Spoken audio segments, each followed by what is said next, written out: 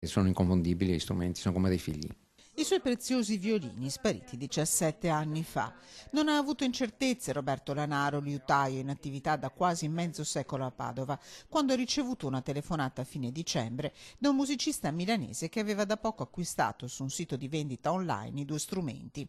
Uno lo aveva fatto proprio lui 20 anni fa. A me è un violino costruito nel 1999, il quale era stato presentato anche a una mostra a Parigi, quello strumento lì, e per quello lo tenevo per farlo vedere, anche per farlo provare come campione, come campionatura, ecco, del mio lavoro.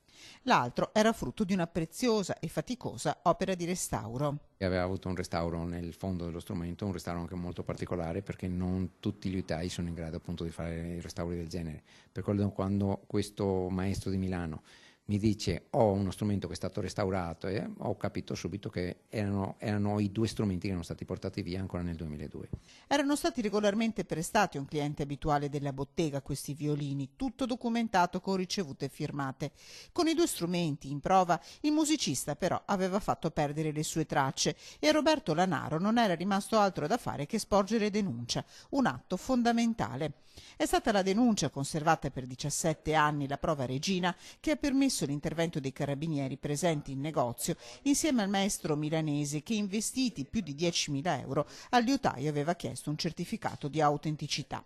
Gli strumenti sono stati sequestrati e presto rientreranno in possesso di Roberto Lanaro. Intanto, a chi acquista online oggetti preziosi, ecco la raccomandazione.